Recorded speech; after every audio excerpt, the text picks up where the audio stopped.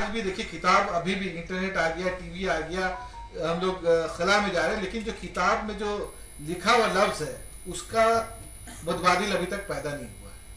हादसा हुआ तो एक बार उसको उसकी तहकीक कर ली जाती है, उसको पूछ लिया जाता है, लेकिन सोशल मीडिया में अभी अफसोस है कि इस चलन ने अभी जोर नहीं पकड़ा है। और सोशल मीडिया को अगर वाकई एक ऑल्टरनेटिव जर्नलिज्म के साथ उतरना है तो तहकीक की बहुत ज़रूरत है। बगैर तहकीक, बगैर कंफर्म किए हुए कोई भी न्यूज़ छोड़ने से पहले उनको सोचना होगा, क्योंकि अगर इस तरह से चलता रहा तो क्रेडिबिलिटी खत्म हो सकती है।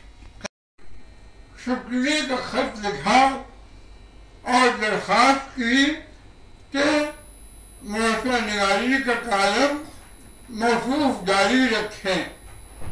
सुनाई से तबासुर के साथ वो मुख्तलिफ जिहाद पर, उन्मानात पर मुनासिब रकम तलाश करते रहे। सना मेडिकल हॉल,